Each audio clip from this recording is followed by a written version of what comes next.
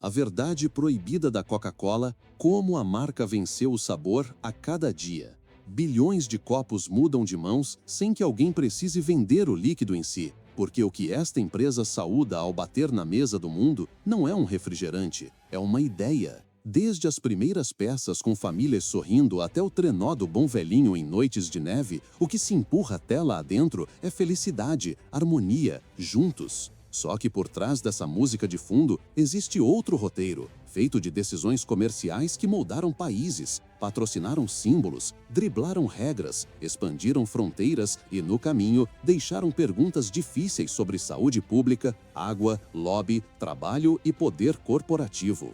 Ele observa a linha do tempo como quem puxa um fio e vê a tapeçaria inteira tremer.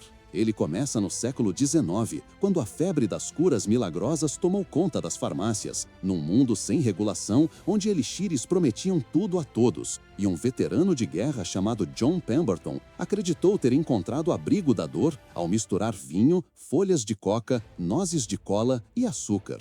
Quando a proibição do álcool varreu estados americanos, o vinho precisou sair, a água carbonatada entrou, o amargor pediu açúcar em volume generoso e um nome novo nasceu, desenhado à mão por um contador: Coca-Cola. Não é uma aliteração vazia. Ele sabe que remete às matérias-primas originais, ainda que décadas depois se retirassem alcaloides, ainda que a empresa prefira a lenda ao pé da letra. O ponto é outro. No começo, a bebida vendia cura em anúncios de balcão, e isso não funcionou. O mundo estava abarrotado de promessas iguais. A virada de chave veio com Asa Candler, o obcecado por controle que entendeu antes de todos que a garrafa seria coadjuvante e a marca seria a protagonista. Ele mandou pintar celeiros, placas, vitrines, cidades e espalhou cupons de degustação gratuita para viciar o hábito antes de vender o hábito. Ele percebeu que, se a farmácia era o palco, o público tinha de incluir quem estava saudável. Deixar para trás a última sombra de medicina patenteada foi o gesto que libertou o futuro. Ele não inventou a publicidade, mas improvisou um manual para o século XX. Contratos, celebridades, Coca-Cola Girls, uma iconografia limpa e repetida até virar memória muscular. No Natal, o bom velhinho com uma garrafa na mão ensinou a crianças que a alegria tem cor vermelha e a marca entrou pela chaminé da cultura com a discrição de quem sempre esteve ali. Quando dois advogados propuseram engarrafar e levar ao bolso o que antes exigia balcão, Candler assinou um papel barato e eterno, subestimando o próprio gênio e amarrando a empresa a décadas de disputa com engarrafadores. O detalhe jurídico custaria milhões para desfazer. Mesmo assim, o gráfico só subiu. Não pelo líquido, ele insiste, porque concorrentes pareciam clones. Subiu porque a publicidade virou infraestrutura emocional. E se a publicidade levanta um sonho, a guerra levanta fábricas. Com o racionamento de açúcar à vista, a empresa suplicou por exceção, sob a bandeira do moral, do ânimo, da energia do soldado. O governo cedeu e a logística da bebida escalou com o esforço bélico. Usinas, rotas, engarrafamento no exterior, um rastro de bases e máquinas que continuariam funcionando quando os tiros parassem. O copo virou lembrança de casa para o jovem em uniforme. Ele divide a cena com um rapaz magro num acampamento do Pacífico, o casco frio na mão áspera, um gole que tem gosto de volta para casa. A bebida anda de carona com o patriotismo e a marca cresce ao lado das estrelas da bandeira. Só que do outro lado do Atlântico, a Alemanha também bebia. Com insumos bloqueados, químicos reaproveitaram sobras agrícolas e fermentaram um substituto, a futura Fanta, que encheu lacunas de mercado e rendeu lucro quando a poeira baixou. Ele não romantiza nem espetaculariza, ele aponta a geometria gelada do negócio expandindo por todas as direções, colando-se a instituições e mitos, sempre encontrando uma forma. No pós-guerra, uma estratégia silenciosa cravou raízes no recreio. Contratos exclusivos em escolas garantiram que crianças apertassem o mesmo botão todos os dias. O argumento do financiamento fácil serviu a conselhos diretores pobres. A consequência foi a memória treinada desde cedo. Brinquedos, miniaturas, jogos, product placement em filmes de família criaram atalhos para o cérebro infantil. Enquanto isso, a ciência apertava o cerco. Dentes, sim, mas também obesidade, diabetes, porções gigantes, cafeína com papel discutível. Quando a crítica veio com jaleco, a resposta veio com estudos financiados, lobby, doações de campanha, patrocínio esportivo que cola suor e vencedores a um rótulo doce. Ele vê um padrão. Quando a régua da política de saúde sobe, sobe junto a régua do relacionamento governamental. E quando a demanda por alternativas recitou o alfabeto da pureza, vieram as águas engarrafadas, com tropeços ruidosos. Em fábricas distantes, relatos de contaminação, escassez de água, descarga de efluentes, pesticidas, conflitos com indígenas e com agricultores levantaram a poeira. Nem sempre o nexo é simples, nem sempre a responsabilidade é linear. Mas a soma das controvérsias arranha o verniz daquilo que a publicidade poliu. A tese central não precisa destruir o mito para funcionar, precisa lembrar que ele custa caro. Mesmo assim, a crise mais barulhenta não saiu da saúde, da água ou das relações de trabalho, saiu do próprio paladar.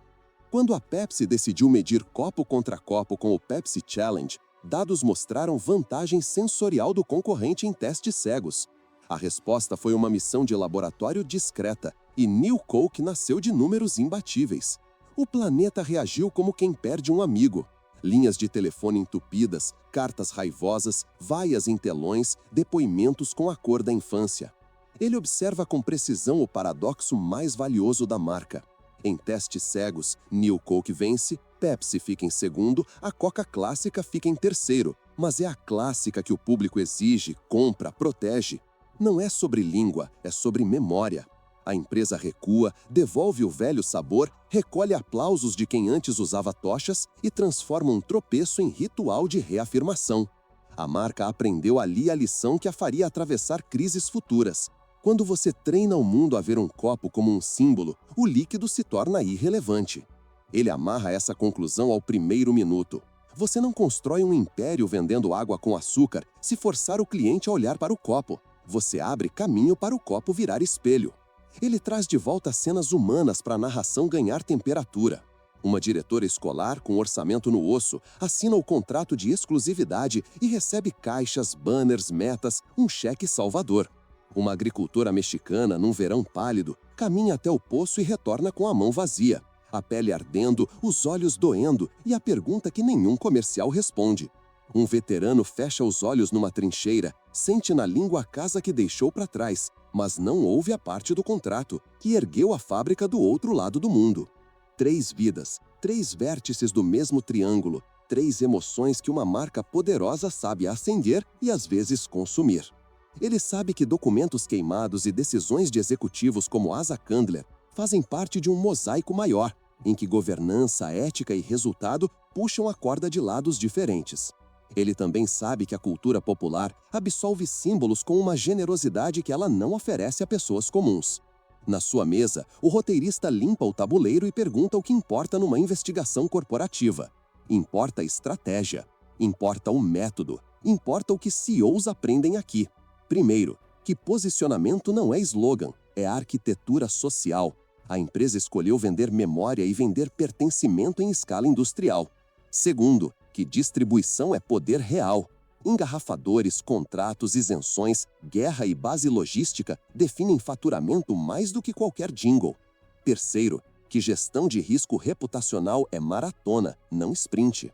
Quando o risco vem com jaleco, você responde com pesquisas e narrativa. Quando vem com sede, você responde com licenças e engenharia. Quando vem com sabor, você responde com ritual.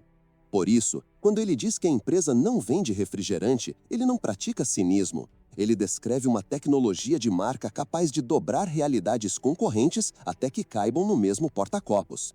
É assim que se explica a convivência de patriotismo, Fanta em tempos sombrios, Natal, esporte, escola, água e New Coke no mesmo álbum de fotos. A pergunta que sobra para qualquer liderança é simples e brutal. Qual parte do seu lucro vem daquilo que você entrega e qual vem daquilo que você faz o cliente acreditar sobre o que você entrega? Em outras palavras, quanto do seu crescimento é produto e quanto é percepção? Se a sua resposta não cabe numa frase, a Coca-Cola já ganhou de novo. Ele devolve o foco ao espectador e propõe um acordo.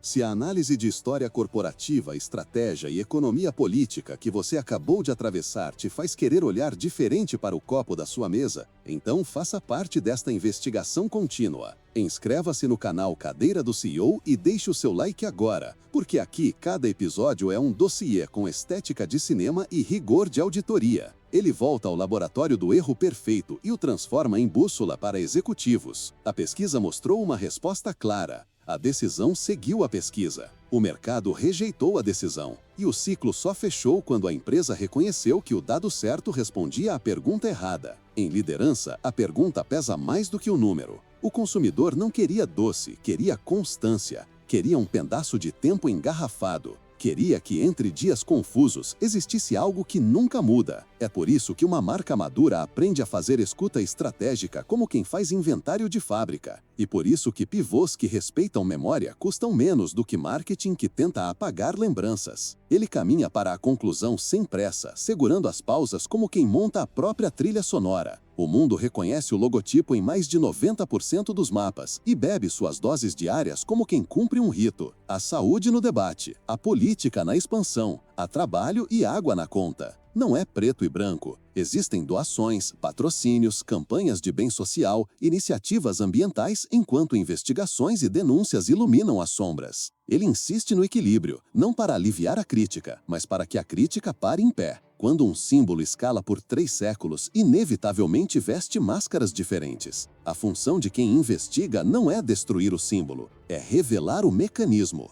Quando o mecanismo se revela, o consumo volta a ser escolha. Quando a escolha volta à mesa, o mercado volta a ser diálogo. E num diálogo honesto, marca forte continua grande, só que consciente de que cada comercial do bom velhinho convive com cada relatório de impacto que o tempo continuar cobrando. Ele encosta o copo e lembra você de que este canal não vive de manchete, vive de contexto. Se este mergulho te ajudou a entender como impérios corporativos reconfiguram cultura, política e hábito, compartilhe este vídeo com alguém que precisa ver além do rótulo. E ative o sininho, porque a nossa próxima investigação já está na mesa. Ele deixa por último uma pergunta simples, quase um brinde invertido. Se o paladar perde para a memória, quem escreve a sua memória quando você aperta o play? Enquanto pensa, lembre que metade do poder do copo não está na garrafa, está no que você espera ouvir quando a tampa gira. E isso, ele garante, nenhuma bula de farmácia do século XIX teria ousado prometer. Antes de encerrar, um pedido direto e sem mistério. Deixe o seu like e inscreva-se no canal Cadeira do CEO para fortalecer este projeto investigativo, porque aqui o próximo capítulo só se escreve com você do nosso lado. Ele apaga a luz do estúdio e sorri. Para quem vende significado, toda história é uma campanha. Para quem compra consciência, toda campanha precisa de história. Entre um gole e outro, o que sobra é o que as marcas não conseguem embalar, o seu julgamento.